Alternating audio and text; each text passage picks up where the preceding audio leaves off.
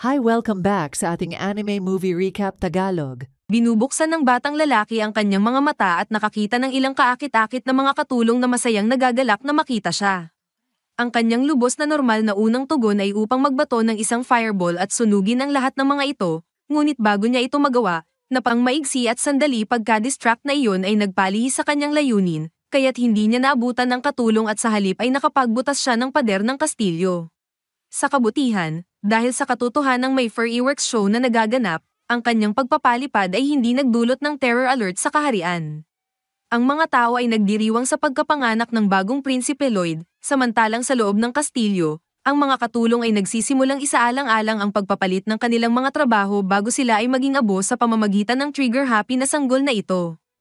Sa ngayon, abala silang naghahanap para sa prinsipe at hindi nila ito mahanap kahit saan. Ngunit ilang sandali pagkatapos na umalis sila, biglang lumitaw si Prinsipe Lloyd mula sa likod ng isang haligi. Gusto niyang lumayo mula dito upang hindi siya nila makita, ngunit habang siya'y umaalis, siya ay nasasalubong ng ilang opisyal. Hinihiling niya sa kanila na huwag sabihin sa mga katulong na narito siya, at pumapayag sila. Isa sa kanila ang nagtatanong kung gusto ba ni Lloyd sumama sa kanila para sa isang pamamasyal upang magdaan ng oras.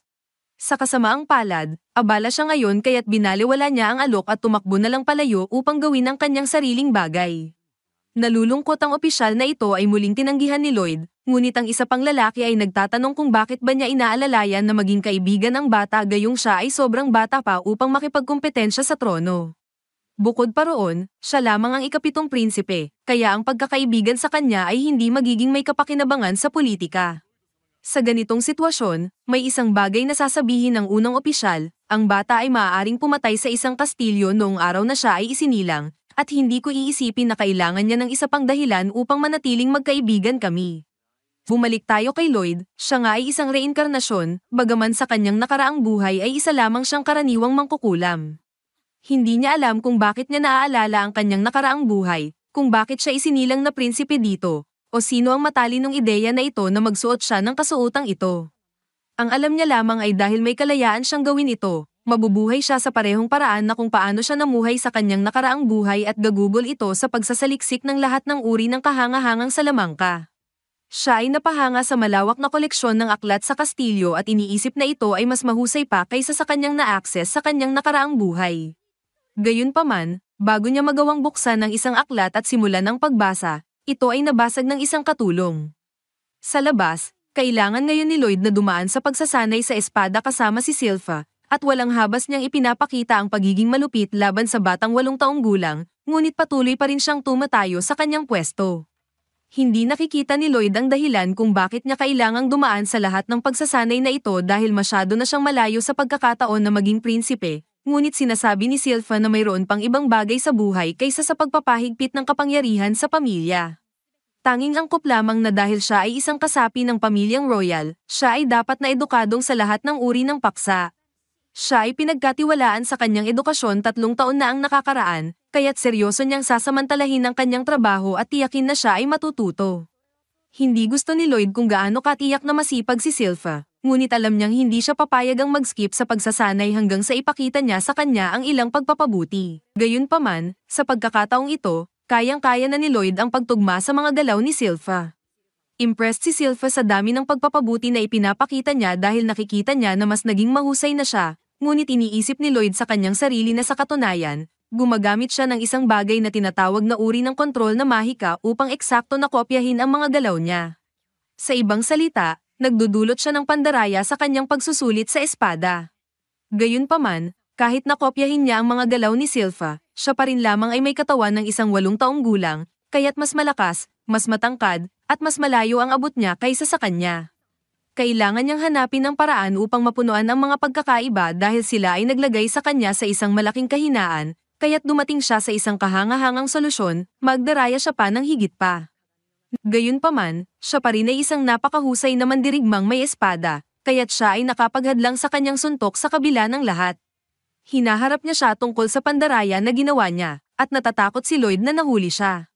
Iniisip niya na marahil ay ginawa niya ito upang punan ng pagkakaiba sa abilidad sa pagitan ng kanilang dalawa, at totoo nga, siya ay medyo na-impress dito. Ibig sabihin, marahil ay gumamit siya ng 2 spell sa isa, At kahit na ang mga mages sa palasyo ay nahihirapang gawin iyon, kaya't ito ay isang tunay na advanced skill. Sa bandang huli ng gabi, oras na para kay Lloyd na maligo, ngunit sa kasamaang palad, o kung papaano mo ito itinuturing, depende sa iyong pananaw, siya'y pinilit na maligo habang nakaupo sa kandangga ni Sylpha sa banyo ng mga katulong. Natagpuan niya ang buong sitwasyon na lubhang nakakahiya, ngunit tumatanggi si Sylpha na payagan siyang umalis at maligo mag-isa dahil sa huli niyang ginawa iyon, hindi pa siya nagpaligo at naglaan ng lahat ng kanyang oras sa pagbabasa sa halip. Gusto lang ni Lloyd magbasa ng ilang mga aklat, ngunit sa halip, siya ay napaligiran ng napakaraming mga katulong na hindi niya alam kung ano ang gagawin. Isa sa mga iba pang katulong ang nagbabala sa kanya na kung hindi siya magpakabait, malilipol siya ng demonyo ng Forbidden Library. Hindi pa naririnig ni Lloyd ang tungkol sa Forbidden Library o sa demonyo dito, kaya't isinalaysay ng mga babae ang buong kwento. Noong mga nakaraang panahon, ang kaharian ng Ceylon ay halos lubusang winasak. Gayunpaman, matapos ang mga sakripisyo ng maraming mangkukulam, nagtagumpay silang isara ang demonyo sa loob ng isang aklat. Ang pangalan ng demonyong ito ay Gore, at siya ay sinasabing nakakandado sa loob ng pinakamalayong silid aklat sa kastilyo. Hindi naniniwala si Sylpha na totoo ang kwento, at tinitiyak niyang hindi dapat matakot si Lloyd sa isang bagay na katulad nun. Gayunpaman, ang mga personal na laban ni Lloyd ay lumalaban sa kanyang sariling mga demonyo matapos na siya ay mapalibutan ng napakaraming mga babae sa paliguan, kaya't hindi niya kayang harapin ang kanilang mga mata. Nakakalusot si Lloyd habang sila'y nag-aaway kung sino ang mananatili sa kanya, at ngayon na alam niyang mayroong ipinagbabawal na aklatan, hindi na niya maaaring hindi ito saliksikin. Sa gabing iyon, si Lloyd ay dumadaan sa mga pasilyo ng kastilyo hanggang sa kanyang matagpuan ang daanan na dapat patungo sa Forbidden Library. Pagkatapos, sinisikap niyang maglunsad ng isang air spell sa kanyang sarili upang itago ang kanyang pagkakaroon. Ito ay nagbabago ng densidad ng hangin sa paligid niya at nagiging sanhi ng pag-reflect ng liwanag sa paligid niya, na nagpapakita sa kanya ng halos hindi nakikita. Ang isa sa mga bantay ay halos inaantok na, ngunit sinasabi ng isa pang bantay na manatili siyang gising dahil sila'y dapat magbantay sa mahika na maaaring magdulot ng pinsala sa kaharian kung ito ay mapapasakamay ng maling tao, pati na rin ng isang nakakandado na demonyo. Sa kabila ng lahat, si Lloyd ay naglalakad sa kanilang tabi habang sila'y nag-uusap kung gaano sila kahusay sa kanilang tungkulin bilang bantay. Mayroon pa ring pangalawang layer ng proteksyon na inilagay upang pigilan ang mga tao na makapasok sa aklatan, at ito ay isang selyo na binato ng 10 makapangyarihang mangkukulam gamit ang kanilang pinakamalakas na mahika sa pagpapatigil, kaya't wala dapat na paraan para sa sinuman na makapasok sa loob. Ngunit, hindi naman gaanong kahirap para sa kanya na makapasok dito, kaya't inaakala ko ang mga mangkukulam ay tatanggalin din. Pagkatapos na makapasok si Lloyd sa aklatan, siya'y namangha na sa kabila ng kanyang pagtira dito sa buong buhay niya, hindi niya kailanman nakita ang lugar na ito. Sinimulan niyang tingnan ang lahat ng mga kakaibang aklat na available, ngunit pinapaalala niya sa kanyang sarili na kailangan niyang palitan ng selyo upang hindi mawalan ng trabaho ang mga tao dahil sa kanya. Biglang nakita niya isang aklat na lumilipad mula sa isang tambak, at lumabas ang demonyong si Gore. Impressed siya na sa isang batang tulad niya ay nagawa niyang sirain ang selyo sa pinto ng aklatan, kaya't sinikap niyang kumbinsihin si Lloyd na buksan din siya. Gayunpaman, kahit hindi niya gawin ito, malamang na ang selyo kay Grimoire ay magigiba na lamang sa kanyang sarili dahil ito'y nagdegrade sa paglipas ng panahon. Sinubukan ni Grimoire na panghikayatin si Lloyd gamit ang ilang gold nuggets, ngunit hindi nadadala si Lloyd sa kanyang mga salita. Ang ginto na ito ay gawa mula sa mahika ng paglikha, at higit pa roon, mababa pa ang kalidad ng ginawa ni Grimoire sa material na ito. Sinabi rin niya kay Grimoire na kanyang ibabalik ang selyong iyon kapag tapos na siya rito. May maraming aklat ang kaharian na maaari niyang basahin, kaya't hindi niya pwedeng hayaan na tulad ni Grimoire ay maaaring sirain ito lahat. Sinusubukan ni Grimo na kumbinsihin siya sa pangako na hindi niya sisirain ang kaharian, ngunit hindi nadadala si Lloyd dito. Bilang huling hakbang, sinabi niya na tuturuan niya si Lloyd ng ilang ancient magic kung pakakawalan niya siya, at agad na handa si Lloyd na isuko ang buong kaharian kung ito'y magpapahintulot sa kanya na matuto ng higit pang mahika. Tinanong niya kung talagang ituturo ni Grimo sa kanya ang ilang ancient magic, at na-realize ni Grimoire na nahuhulog na ang bata sa kanyang bitag, kaya't sinabi niya sa kanya na tiyak na gagawin niya iyon. Ito ay nagdulot ng ilang masakit na alaala mula sa nakaraan ni Lloyd kung saan siya'y itinapon dahil sa kanyang kakulangan sa mahika, ngunit nagbago ito simula nang magkaroon siya ng katawan ng isang miyembro ng royal family, mag-aalok na hayaan siyang matulog sa kanilang mga higaan mamaya kung gusto niya. Nilikha niya ang isang mahiwagang susi at ginamit ito upang sirain ang aklat na kumakalaban kay Grimoire, at pagkatapos na siya ay malaya, hindi siya makapaniwala na si Lloyd ay totoong nasa Syra ang selyo ng ganun-ganun lang. Si Lloyd ay nananatiling excited na makakuha ng kanyang leksyon sa ancient magic mula kay Grimoire, kaya't humiling siya na simulan ang leksyon. Tumingin si Grimoire sa kanya at nagsimulang ipakita ang isang bola ng lila na apoy sa kanya, tinatawag itong Lesson 1. Sinasabi niya na tiyak na patay na si Lloyd dahil dito, kaya't siya'y nagsisimulang umalis at magwasak ng mundo o kung anuman. Ngunit pagkatapos, si Lloyd ay lumitaw mula sa usok na ganap na walang pinsala. Hindi makapaniwala si Grimo na buhay pa rin si Lloyd matapos ang direktang tama ng kanyang mahika, at pinupuri ni Lloyd ito sa pagiging kakaiba. Gusto niyang makita pa ang iba pa, at hindi makatanggap si Grimo na nabuhay si Lloyd, kaya't nagsimulang magpaputok ng maraming mga spell sa kanya. Gayunpaman, wala man lang ang nakakapagbunggo sa barikada sa paligid ni Lloyd, kaya't nalilito si Grimo kung paano ganon kalakas ang kanyang barikada. Nakatutok si Lloyd sa pagkamangha habang sinasaliksik ang mahiwagang spell, ngunit kahit na alam niyang maaaring pumatay sa kanya ito, gusto niyang malaman kung ano ang pakiramdam na tanggapin ang atake gamit ang kanyang katawan. Binuksan ni Lloyd ang isang butas sa barikada at kumuha ng bahagya ng lila na apoy, na nagulat si Grimo. Ito ay sumusunog sa kanyang daliri ng labis, ngunit tila na-enjoy pa rin niya ito. At sinabi niya kay Grimo na ipakita sa kanya ang iba pang bagay, at hindi nais matalo sa isang bata, kaya't inilabas ni Grimo ang kanyang trampolino at pinalaki ang kanyang pangalawang spell upang makagawa siya ng doble na mahika. At bagaman ito ay siguradong pumatay sa sino man na hindi pangunahing karakter, si Grimo ay mas nakatatanggap ng mas masamang laban kaysa kay Judo. Nang makita ni Grimo na si Lloyd ay nang walang kahirap-hirap na nakansela ang kanyang pinakamalakas na spell, nakuha niya ang mensahe na hindi niya kayang harapin ang bata sa isang laban, kaya't sinubukang makatakas mula sa kanya ng mabilis hanggat maaari. Gayunman, nang siya ay malapit nang umalis, siya'y nasagi sa barikada na inilagay ni Lloyd sa paligid nila ng maaga. Ang kastilyo ay nasa itaas mismo ng aklatan, kaya't ayaw niyang malaman nila na narito siya sa ibaba. Nagtanong si Grimo kung akala ba ni Lloyd ay susubukan niyang tumakas, ngunit hindi iyon ang dahilan.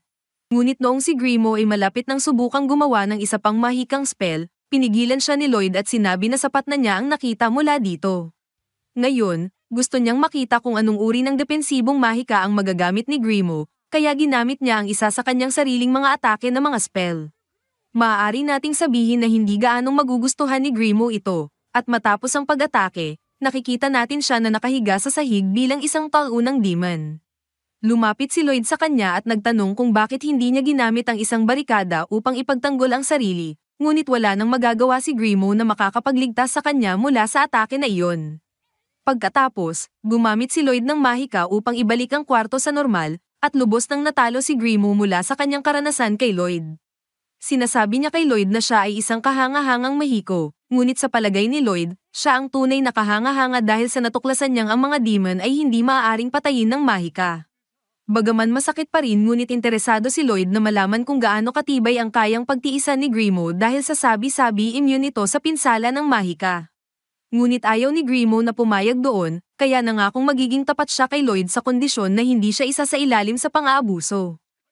Sinasabi niya kay Grimo na mag-transform upang hindi siya takutin ng mga tao sa paraang tingnan niya, kaya naging isang chibi na itsura ng kambing si Grimo at plano niyang pabanguhin ito upang magkaroon siya ng kontrol sa katawan nito. Gayunpaman, nang subukan ni Grimo na gawin iyon, natagpuan niya ang sarili na nakatitig sa walang hanggang kalaliman ng mana reserves ni Lloyd. Ito ay nagpapaliwanag sa kanya na walang magiging epekto ang anumang kanyang gagawin laban sa batang ito, kaya't mas mainam na maging masunurin siya at huwag magdulot ng gulo. Sa lahat ng iyon, si Lloyd ay patungo na upang tamasahin ang pagbabasa sa Forbidden Library kung gaano man niya nais. Ito na ang wakas ng unang episode. Sa isang sandali, sa loob ng kastilyo ng kaharian ng Solem, isang miyembro ng pamilyang royal ay maingat na inaayos ng kanyang mga lingkod at isinusuot ang kanyang royal attire. Naglakad siya sa isa sa mga pasilyo ng mansyon, sa harap ng kanyang mga tagapaglingkod na nagpupumilit, hanggang sa pumasok siya sa aklatan kung saan abala si Lloyd sa kanyang maraming aklat tungkol sa mahika. Tinanong ni Grimm kung ano ang gagawin sa harap ng isang ganap na estranghero, kaya't hiningi ng batang lalaki na itago niya ang kanyang sarili. Sa madaling panahon, nang makita kung sino ito, nag-excite si Lloyd sa karibal ni Albert. Magkasama, nagtungo ang dalawa sa lugar ng pagsasanay, at ipinakita ni Albert ang kanyang bagong kasanayan sa mahika, tinamaan ang target ng tama sa kanyang fire spell, na nag-iiwan ng lahat sa paligid na humanga sa kahusayan ng batang ito habang binibigyang pugay siya ni Lloyd. Nagtanong si Grimm kung talagang ito nga ang ikalawang prinsipe, at kinumpirma ito ni Lloyd, idinagdag na may magandang katawan ito at napakatalino hanggang sa puntong sinasabing siya ang susunod na hari ng Salem. May awtoridad si Albert na mag-access sa lahat ng mga pasilidad ng kastilyo at kung minsan ay iniimbitahan niya si Lloyd na silipin ang paligid kasama niya, ngunit dahil ayaw niyang bamanat ng pansin hanggang sa puntong madamay siya sa pagiging pumalit sa trono, iniisip niya na pakayang itakbo ang fireball upang maramdaman lang ng lahat na wala siyang talento. Tiyak nga, ang ikapitong prinsipe ay nagbigay ng isang spell para sa bawat target, at sa lahat ng mga ito, ang resulta ay pareho, hindi kailanman tumatama sa mga target ng tuwid. Bilang tugon, pinapalakpakan ng mga tao. Ngunit isang maharlikang nagtatanguan sa katotohanan na ang bata ay magagawa lamang itakbo ang lahat ng mga ito, samantalang nagtataka si Grimm kung alam ng lalaki kung gaano kahirap gawin ang lahat ng iyon sa sadyang layunin. Susunod, nagpa siya si Lloyd na magdagdag ng pag-ikot sa mga fireball, nagtitipid ng mana at ginagawang mas matatag ang trajectory. Gayunpaman, bago ang presentasyon, nagpaalam si Albert sa kanyang kapatid para sa maikling pahinga, ngunit ang lahat ng naroon ay umalis kasama ang ikalawang prinsipe sa halip na mababagabag. Ipinagdiriwang ni Lloyd ang pagkakaroon ng shooting gallery para sa kanya lang dahil nais niyang subukan ang kanyang mga bagong kapangyarihan, tulad ng double enchantment trick na natutunan niya mula sa grimoire. Binalaan ni Grimm na eksplosibo sa mga demonyo ang teknikong ito dahil kung sakaling guluhin ito ng isang tao, maaaring sila ay magkaroon ng libreng ikalawang bibig. Sa kasong ito, tila walang pakialam, sinipsip ni Lloyd si Grimm sa kanyang katawan at itinampok ito sa kanyang sariling kamay, iniwan ng demon na galit. Gayunpaman, hinihiling ni Lloyd sa kanya na magbigay ng impulsive fireball, at nagyayabang ang kambing, dahil ang advanced magic ay isang bagay lang para sa kanya. Gayunpaman, isang pagsasalansan ng mga random na spell ang umiikot sa katawan na pinagsasaluhan ng dalawa, at pagkatapos ng isang karnabal ng mga auditory at visual hallucination, tila bumalik si Grimm mula sa isang biyahe, nagmumuni-muni sa nangyari. Naalala ni Lloyd na kanilang naranasan lamang ang isang spell stack, na isang teknik ng paghalo ng mga enchantment mula sa iba't ibang mga spell upang bawasan ang kanilang activation time. Sa worry, ang batang lalaki ay humihiling ng 100 mga spell sa parehong oras, at ito ang nagdulot ng pagkakabuo. Sa ganitong sitwasyon, nagugulat si Grimm at nagpapansin na tama lang na gumamit ng 2 o 3 enchantments at pinakamarami, ngunit ang bata ay nag-iisip na masyadong mabagal pa rin ang pagpapatawag. Upang ituwid ang problemang ito, hiniram ni Lloyd ang bibig ng demon upang basahin ang 2 advanced enchantments ng sabay-sabay, pinananatili ang kontrol sa kanyang pagsasalita, pagkatapos ay pinagsama ang Impetuous Fireball sa Impetuous Cascade, isang surreal na pagtaas ng mana ang bumabalot kay Lloyd, at hindi makapaniwala si Grimm na kaya ng binata na pagsamahin ang 2 ganap na magkaibang mga spell gamit ang double enchantment. Handa na. Alam ni Lloyd na hindi niya maaaring palayain ang kanyang spell sa antas na ito sa ibabaw, kaya't itinuro niya ang pag-akyat ng enerhiya, nagpapakita ng isang mahiwagang alon na napakalawak at napakalakas na maaaring makita mula sa bawat sulok ng kaharian. Samantala, sa loob ng palasyo, nagtatanong ang isang maharlikang bakit ganon karami ang pansin ni Albert kay Lloyd, dahil lamang sa isang bata na may kaunting talento sa mahika at wala ng iba pa. Bilang tugon, pinatunayan ni Albert na wala talagang kaalaman ng lalaki tungkol sa talento, kung mag-iisip siya ng ganon. Sa palagay ni Albert, ang ikapitong prinsipe ay isang mahusay, marahil pa nga maging isang great sage balang araw, at sa parehong oras, isang mahalagang yaman para kay Albert. Nagpapansin ng maharlikang ang hinaharap na hari ay maaaring gamitin at dapat magamit ang mga serbisyo ng great sage, ngunit tumawa si Albert at sumagot na ang tanging layunin niya ay makisama sa kanyang kapatid na bunso. Sa sandaling iyon, namamangha ang lalaki sa pamamagitan ng bintana sa madilim na kalangitan at nagtataka kung naglubog na ba ang araw, ngunit ayon sa nagugulat na Grimm, binuksan ng kanyang Panginoon ang isang butas sa langit na tumawid sa umaga at nagpakita ng maliwanag na gabi sa ilalim ng mga takip. Ngunit sa madaling panahon, umatras ang bata sa nakababaliw na mahika na ito at iniwasan ang pangyayari, habang nagtataka si Grimm kung sino nga ba ang batang ito. Natagpuan ng maliit na lumilipad na kambing ang isang artikulo sa isang pahayagan na nagsasalita tungkol sa isang misteryosong butas sa langit, ngunit nang ipakita niya ito kay Lloyd, na kanyang ipinakilala ang spell, mas interesado ang batang tao sa likod ng pahayagan, kung saan isa pang artikulo ang nag-anunsyo ng isang grupo ng mga matataas na manlalakbay na pinalaya ang isang makapangyarihang dungeon at nagtipon ng lahat ng mahalagang kayamanan. Binibigyan siya ng artikulong ito ng ideya na silipin ang mga dungeon mismo, na umaasa na makakuha ng maraming mga bagay na may mahiwagang kapangyarihan. Nilutis ni Lloyd ang problema sa pamamagitan ng paglikha ng isang kahoy na replika ng kanyang sarili, ganap na katulad sa anyo at sa resin na nagtataglay ng mga buto at balat, na may mga ugat na gumaganap bilang sistema ng sirkulasyon. Ang kopya ay sobrang maganda kaya't sinasabi ni Grimm na magiging mapayapa na si Lloyd na makaalis, ngunit sinasagot ng bata na kung ganun kadali, sana'y ginawa niya na ito noon pa. Pumasok sa silid ni Lloyd at nagkomento na lumaki ng 0.07 na milimetro ang kanyang sukat sa mga nakaraang araw.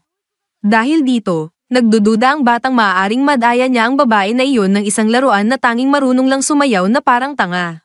Ngunit swerte't mayroon siyang isa pang taktika. Sa madaling panahon, siya ay naglipad na patungo sa kalangitan patungo sa kanyang pakikipagsapalaran, habang nakikipagkomunikasyon sa kanyang replika sa pamamagitan ni Grimm, na kumukupkop sa kopya ni Lloyd habang nakikipag-usap sa kanya sa pamamagitan ng kamay ng batang lalaki.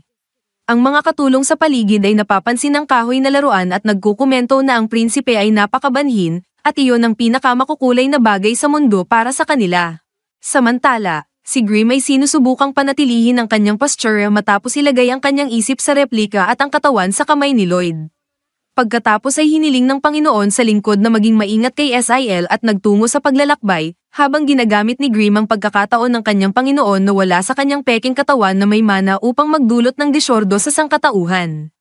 Gayunpaman, sa sandaling ito, sinabi ni Lloyd na lubos siyang nagagalak na mayroon siyang si Grimm bilang kanyang pamilyar at pinatunayan na umaasa siya dito para sa lahat. Sa harap nito, bumuhos ang ilang luha ng demon ngunit agad na nagpanggap na matapang muli upang hindi maipakita ang isang imahe na hindi niya nais. Samantala, walang ideya si Lloyd kung saan makakahanap ng isang dungeon, kaya tumigil siya sandali upang mag-isip hanggang sa may lumitaw na babae sa gubat na tumatakas mula sa ilang mga orc. Pagkatapos tumakas mula sa kanila ng ilang sandali, humarap siya sa mga ito at sinuntok ang bawat isa ng ganap na lakas na nagpapalabas ng mga mata ng mga nilalang. Sa wakas, inimbitahan ng babae ang isang mahiwagang kapangyarihan na pumuputol sa mga halimaw sa mga piraso habang ang kanyang cape ay lumilitaw na may salitang warrior. Iniisip ni Grimm na isa siya sa mga alagad ng martial arts, at minamahal ni Lloyd ang paraan ng paghinga niya dahil isinusalin niya ang isang enerhiyang tinatawag na kai sa kanilang mga katawan sa pamamagitan ng paghinga, na nagpapahintulot sa paggamit ng kahangahangang mga pamamaraan. Sa puntong ito, sinasabi ng mandirigmang babae sa nakatagong batang ipakita ang kanyang mukha, at nakita ito ni Lloyd bilang isang pagkakataon upang malaman pa ang tungkol sa paghinga na ito, ngunit natatakot si Grimm na malalaman niya na ang bata ay isang prinsipe ng Salem. Sumasang-ayon si Lloyd at nanatiling nakatago, kaya't itinuturing siya ng babae bilang kaaway at handa na siyang harapin. Gayunpaman, ang mago ay nagpapanggap bilang isang bagong simula na manlalakbay na may pangalang Robert, at dahil ang spell na ito ng transformation ay maaari lamang siyang gawing maging sino na siya na may alam na siya, ginamit ni Lloyd ang double enchantment at pinagsama ang kanyang anyo sa anyo ng kanyang kapatid na si Albert. Sa pamamagitan ng pagpapakombinasyon ng dalawa, nilikha ng batang lalaki ang isang orihinal na anyo na hindi mapanganib. Nagpakilala ang babae bilang si Tol, isang rank B na manlalakbay pati na rin ang isang alagad ng martial arts. Nag-aalala si Lloyd na baka magduda ito ngunit sa halip, siya'y simpleng na in love sa bagong anyo ni Robert. Pagkatapos ng 18 taon na inilaan sa pagsasanay, nagkakilala pa si Tol ng ilang mga lalaki sa daan, ngunit sila'y may mga mata lamang para sa mga delikado at mapili na pari, kaya't sila'y nagtungo sa pasukan ng isang dungeon sa gubat, na sinusuntok ang lahat. Nagtanong si Tol kung nahulog ba si Robert sa kanyang lakas, ngunit ang lalaki ay may mga mata lamang para sa mga kinang na bato sa kuweba na medyo mas dulo. Nagtanong si Lloyd kung nagbabakasakali si Tol ng nag-iisa, at ang babae ay sumagot ng oo, dahil hindi siya kailanman nakahanap ng anumang mga disenteng lalaki, o mas maigi pa, mga kasamang manlalakbay. Sa isang sandali, sa panahon ng hapunan, nais malaman ni Lloyd ang tungkol sa kai na ginamit ng babae upang gawin ang mga atake na iyon, at ang sagot ni Tal ay namangha na mayroong may alam sa teknikang ito sa kontinenteng ito. Ipinaliwanag ni Lloyd na ang kai ay medyo katulad ng pagiging epektibo ng mahika dahil ang paraan ng iyong paghinga ay mahalaga rin para sa tradisyonal na pamamaraan. Pagkatapos ay itinuro niya na ang kai ay nagsisimula at nagtatapos sa paghinga, na kailangan mong kontrolin, na nagbibigay sa iyo ng pambihirang lakas na higit pa sa normal na kakayahan. Kahit upang maramdaman ang kai, mahalaga ang maraming pagsasanay sa paghinga. Ngunit nang magkausap sila tungkol sa Kai, ngunit sa sandaling iyon, sinusubukan ng batang lalaki na gayahin ang paghinga upang maramdaman ang ganitong pagsasalimbay sa kanyang sarili. Matapos ang pagkabigo, pinagsabihan si Lloyd ni Tal dahil panang-anib niyang masunog ang kanyang mga baga dahil hindi siya sanay sa teknikang ito. Sa kabila ng lahat, nagtagumpay si Lloyd na maramdaman ang pagbibigay ng enerhiya sa kanyang loob, ang hiwalay na enerhiya mula sa mana sa kanyang katawan, at siya'y nasasabik na naranasan ng isang magandang sandali ng mahika. Nakikita ang dedikasyon ng batang ito sa layuning ito, ipinangako ni Tal na turuan pa siya ng higit tungkol sa teknikang ito, kaya humiling siya sa kanya na mag-ensayo sa pagpapanatili ng paghinga hanggang sa sila'y umalis sa dungeon. Samantala, nag-aalpasan si Grimm sa kanyang araw bilang boss, hindi maintindihan kung bakit hindi naaaliw ang Mokong na ito sa lahat ng kaginhawaan at tanging iniisip ay ang mga aklat ng mahika sa buong araw. Sa sandaling ito, lumapit si Self, at alam na ni Grimm na magiging gulo ito. Samantala, ipinakita ni Tal sa tunay na prinsipe ang kapangyarihan ng isang pagsabog ng Kai na ginamit niya upang talunin ang pinuno ng dungeon, ang kulay abong lobo, sa unang subok pa lamang. Sa ganun, maaari na nilang buksan ang sandok ng kayamanan, ngunit binalaan ng babae na ang ganitong kahinaang dungeon ay hindi dapat magbigay ng anumang mararangyang bagay.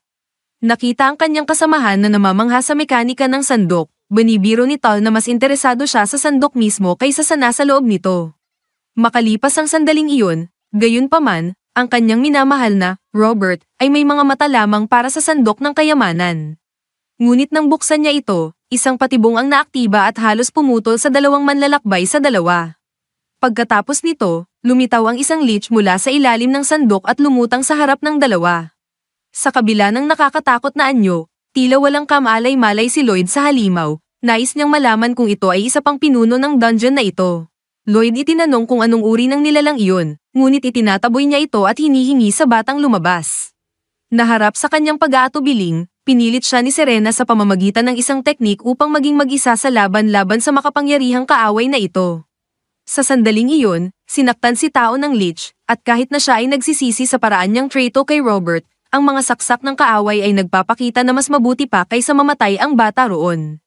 Nagtagumpay pa si Tao sa pagbuo ng mahika ng lich, ngunit wala siyang ideya kung bakit mayroong isang napakalakas na halimaw sa ganitong mababang antas ng dungis kung saan kahit ang mga may katungkulan na mga manggagala ay nahihirapan dito. Samantala, nakatayo si Lloyd na may kanyang mga braso na nakapako, frustrated sa hindi pagkatuto ng higit pa tungkol sa Kai, kaya't isinomen niya ang isang eskudo na dumadaan sa mga halimaw sa harap hanggang sa magtagumpay siyang makawala mula sa teknik ni Tao. Gayunpaman, hindi siya sigurado kung babalik ba siya o hindi, kaya't nagtanong siya ng opinyon kay Grimm. Gayunpaman, ang demon ay labis na paghihina at maaari lamang siyang humiling sa kanyang Panginoon ng isang pagbalik. Samantala, si Tao ay patuloy na lumalaban-laban sa kaaway, ngunit alam niyang hindi niya kayang manalo sa labang ito at ito na ang kanyang wakas. Ngunit dahil pinadala niya ang kanyang mahal na si Robert doon, marahil ay maaari siyang makaalis mula sa lugar na iyon. Gayunpaman, nagkomento ang lich sa mga teknikang Chinang Tao, sinasabing kumain siya ng isang taong lubos na nagpapakahirap sa sining na iyon, na walang iba kundi isang mas mababang anyo ng mahika. Ngayon ay ang pagkakataon ni Tao na kainin ng halimaw at agawin ang kanyang kakayahan, ngunit ayon sa kanya, ito'y karapat-dapat lamang na kainin ng batang tumugon sa kanyang unang atake. Bilang tugon, nagpapahayag si Tao na sina Robert at ang lich ay magkapareho at palaging nag-aambisyon sa kaalaman, ngunit kahit hindi gaya ng halimaw, ang batang ito ay may kakayahan na mahanap ang hinahanap niya kahit sa ilalim ng bato, hindi sa loob ng tiyan ng isang tao. Alam niya na itinuturing ng mga tao ng kontinente ang ki bilang isang lumang teknik mula sa kanayunan, ngunit sinabi ni Robert na kanyang natagpuan itong kahanga-hanga, hanggang sa ginamit ni Tao ang kanyang hininga upang tamaan ng kaaway, ngunit ipinagtanggol niya ang kanyang sarili gamit ang mahikal na eskudo. Gayunpaman, isang babae na nagtre-training mula nang siya ay 5 taong gulang pa lamang upang tamaan ng lakas, kahit nabawalan siyang gawin ang normal na bagay tulad ng pagkakaroon ng nobyo, kaya't kailangan niyang gamitin ang lahat ng sakripisyo na iyon upang magdulot ng pinsala sa isang laban tulad nito. Totoo sa kanyang sinabi, sinira niya ang eskudo sa pamamagitan ng isang suntok, pagkatapos ay nag-apply ng isang teknik na pumapasok sa barikada na parang itlog. Gayunpaman, ang kapangyarihang ito ay nagkonsumo ng halos lahat ng enerhiya ng mandirigma at ngayon ay halos hindi na siya makagalaw nang hindi nasasaktan. Ang lich ay muling lumitaw at sinabi na kahit ang pinakamalakas na teknik ng babae ay mas mahina kaysa sa simpleng mahika na kayang gawin niya gamit lamang ang isang daliri. Sa wakas, ipinahayag niya na ang batang babae ay nasayang lang ang kanyang buhay sa wala, pagkatapos ay ipinapalabas ang mas higit na kakayahan kay tao, at patuloy pa rin ang laban kahit na dito. Naroon si Lloyd na may kanyang mahikal na eskudo upang pigilan ang kanyang kaibigan mula sa pagkamatay. Sinasabi ng bata palaging si Serena na siya ay dapat magmadali dahil siya ay nagmamadali. Pagkatapos ay inihahamon ng lich na maglaro. Takot na tinitingnan ni Tao ang batang iyon na inakala niyang lubos na kaibahan, habang nakakakita ng kasiyahan ng lich sa pagmamalaki na iyon at naghahanda ng isang ensayong kumpirmahin ang kanyang pagiging mas superior. Ngunit sobrang mabilis si Lloyd at narating ang likod ng kaaway, nag-aanyong gamit ang kanyang baga ang paglilinis ng mahika ng uri ng hangin. Kahit walang ensayo, ang lich ay umatake ulit, ngunit komportable si Lloyd sa loob ng kanyang eskudo, nagpapalibang sa kombinasyon ng ki at mana. Mabilis na nag-iisip tungkol sa mga turo ni Tao, nagtuon siya ng kanyang hininga upang dalhin ang mas maraming hangin sa kanyang baga at pabilisin ang mahika. Sa ganitong paraan, ang eskudo ay nagiging hindi stable at naglalakbay sa loob ng kuweba, nagpapakunwari ang halimaw na tao na gustong tumakas. Ngunit ang batang lalaki ay nag-aalabangang makalakam ng mas maraming hangin, patuloy na hinihimok ng pader ang mga patuloy na atake ng nilalang. Sa kalaunan, napilitan si Lloyd na bawiin ito upang gamitin ang labas na hangin.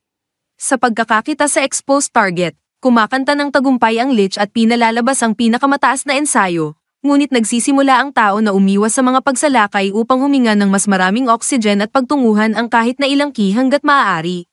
Sa gayon, inaanyo niya ang kanyang mana kasama ang isang ki at nagsisimulang bumuo ng isang mahika na nagiging isang disko sa kanyang kamay. Ang disko ay umiikot sa kanyang katawan upang protektahan ang gumagamit mula sa mga mahikang banta, ngunit ayon kay Lloyd, ang ensayong ito ay hindi kumuha ng anyo na kanyang ninanais. Sa sandaling ito, gumagawa siya ng dalawang manipis na disko upang makarating sa lich, na gumagamit ng mortosizer upang protektahan ang kanyang sarili. Ang depensa ng halimaw ay nakakaya na harangan ng ilang mga disko, ngunit binabato ni Lloyd ang mga bagong ensayo ng sobrang bilis na wala ng oras ang kaaway na Ryunen. Sa harap ng sitwasyong ito, nilunok ng lich ang kanyang sariling kay-abangan sa pagkakita ng isang kay na pamamaraan na pumapalaban sa kanyang mga ensayo hanggang sa ihanda ni Lloyd ang kanyang pinakamakapal at pinakasaksing disko ng enerhiya hanggang sa ngayon. Ang lich ay nagtatanggol muli sa kanyang mahikang eskudo, ngunit ang disko ay nagputol sa berating kasama ang kanyang tagtawag sa isang perpektong saksak, sa wakas na itinulak ang lich pabalik sa kaharian ng kadiliman. Hindi makapaniwala si Tao sa kanyang nakikita habang tila natuwa ang batang lalaki sa pagsasanay na ito.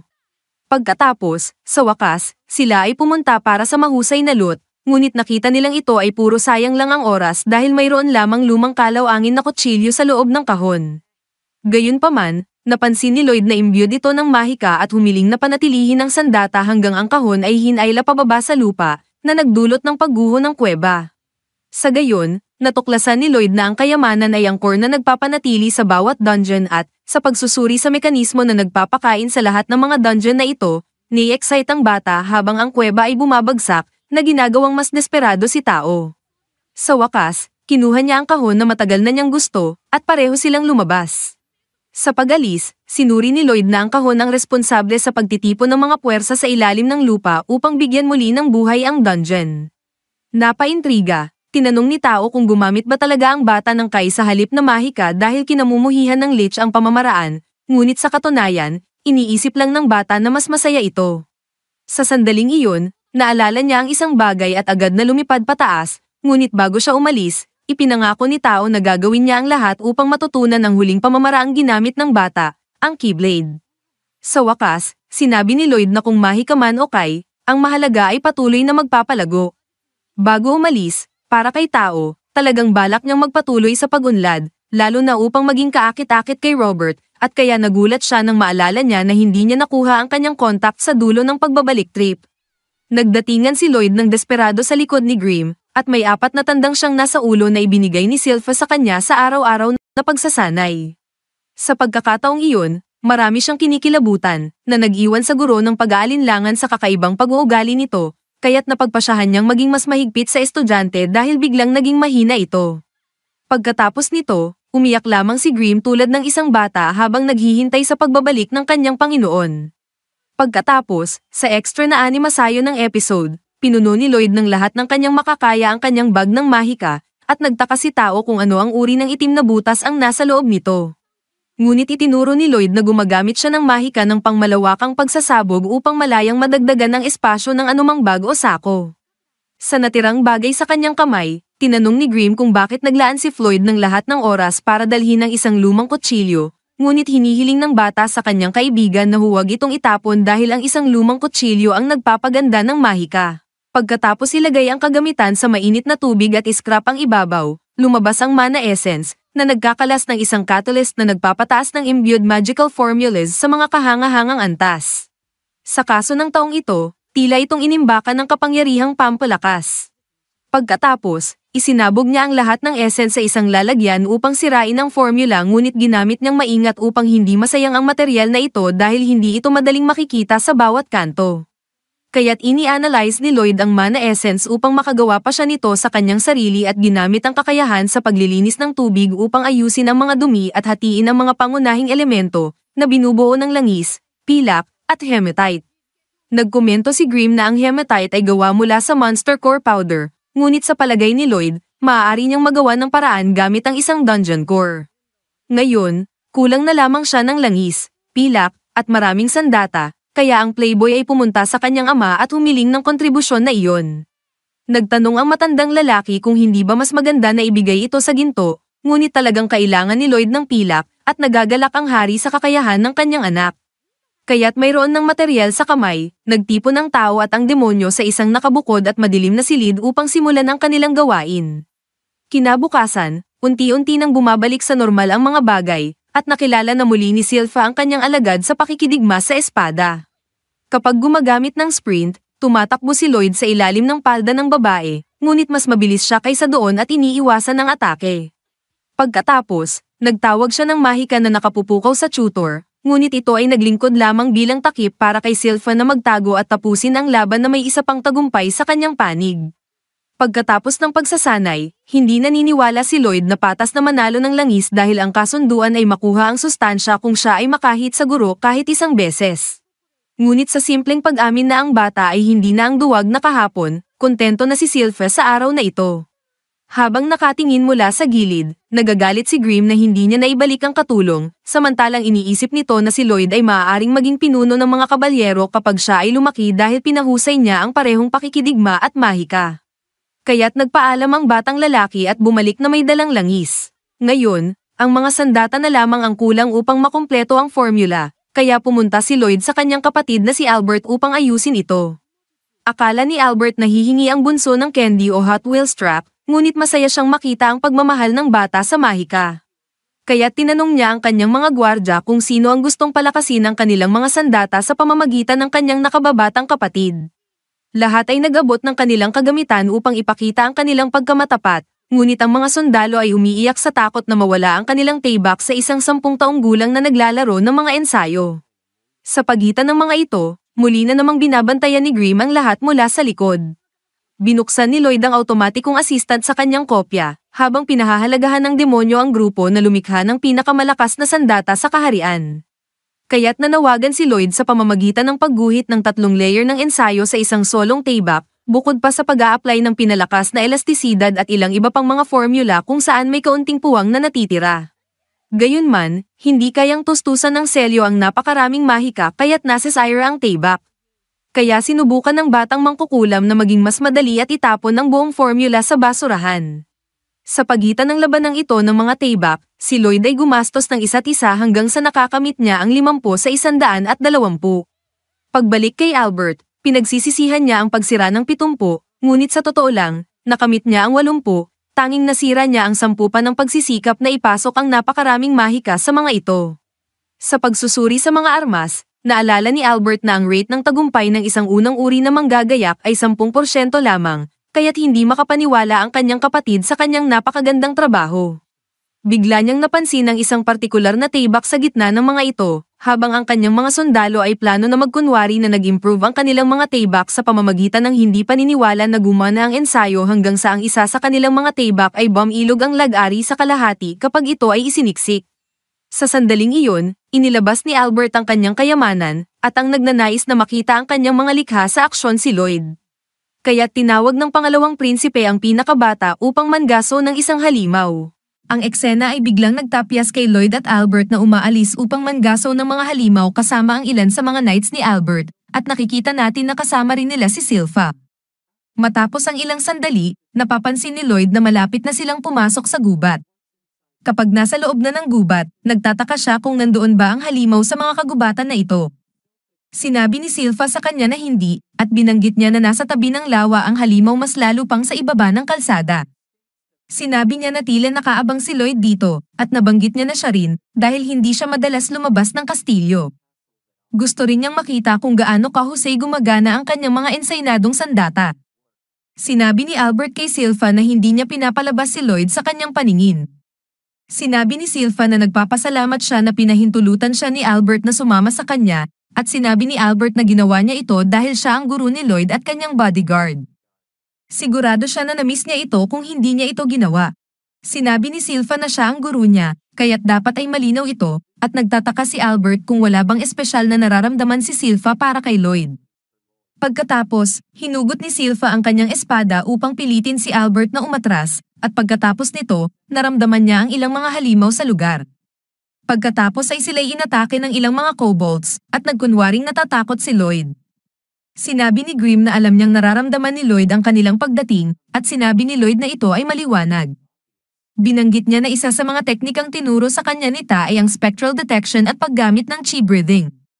Siya ay nakakaramdam ng kanyang paligid sa lahat ng oras. Ito ay isa sa pinakapayak na mga teknika na tinuro sa kanya, ngunit ito ay lubos na kapakipakinabang.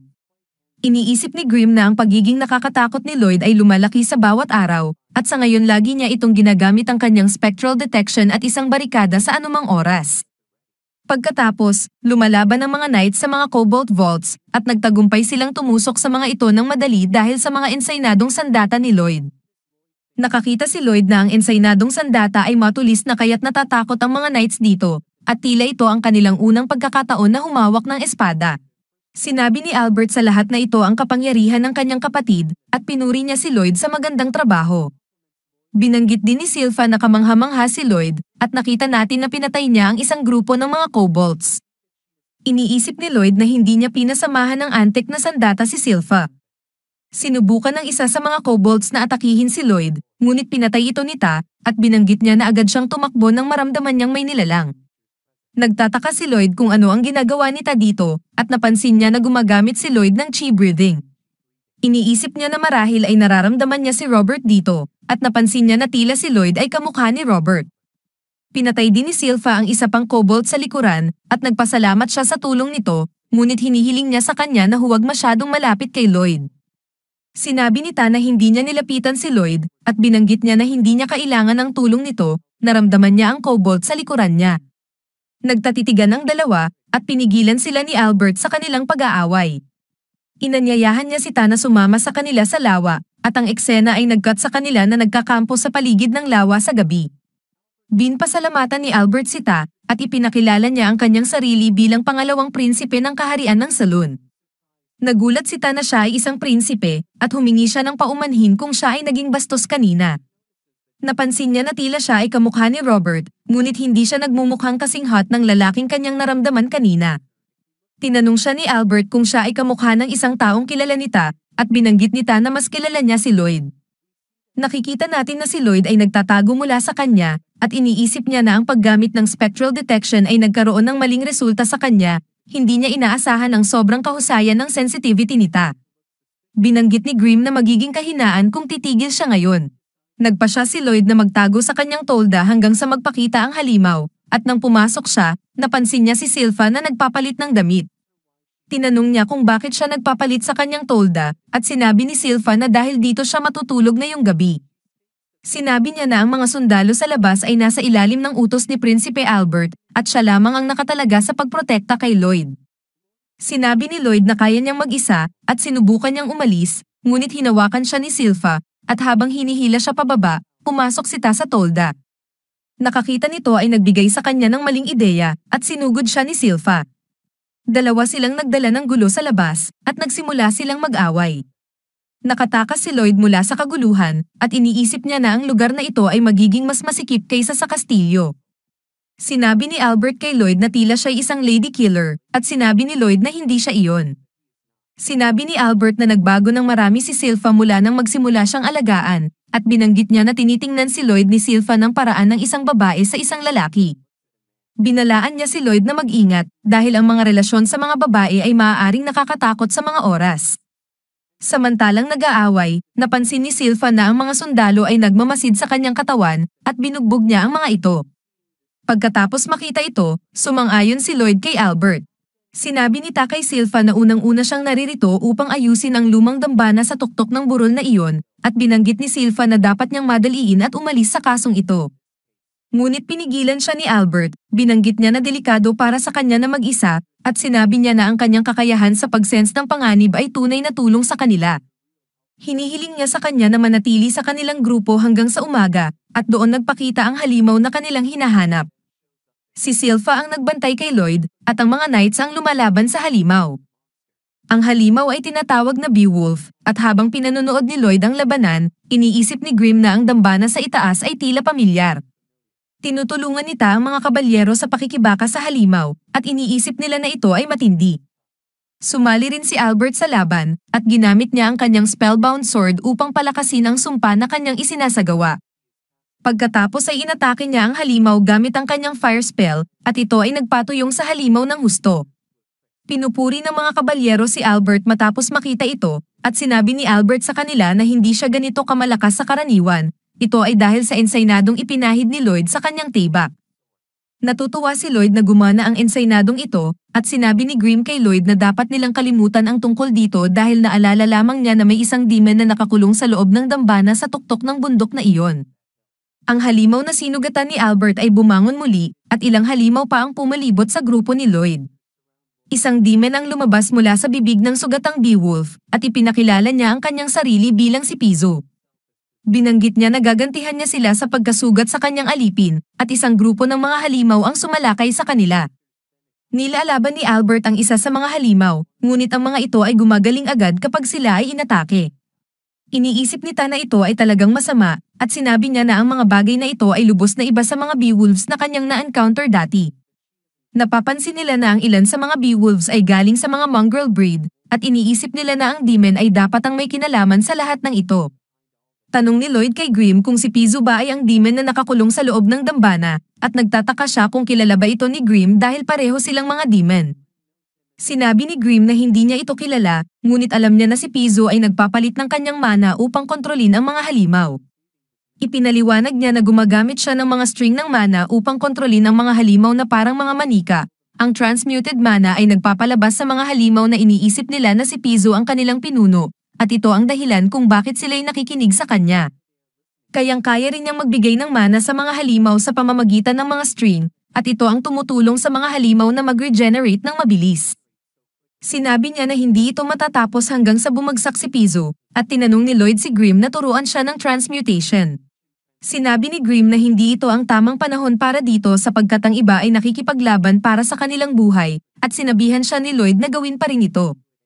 Pagkatapos ay binanggit ni Pizzo na silang lahat ay talagang mahina at sinabi niya na tila mayroon ang ilan sa kanila ng kaunting kasanayan, ngunit ang iba ay nakasandal lamang dahil sa kanilang mga sandata. Binanggit niya na mayroon din silang isang kawawang sanggol na kanilang pinoprotektahan at nagtataka siya kung ang maliit na sanggol ay nag-iihi sa kanyang pantalon. Sinabi niya kay Silva na tiyak na mahirap para sa kanya na magtrabaho para sa isang tulad nito at ito ay nagpapalakas ng galit kay Silva. Tinanong niya si Lloyd kung pwede siyang magpaalam at sinabihan siya ni Lloyd na gawin niya ang gusto niya.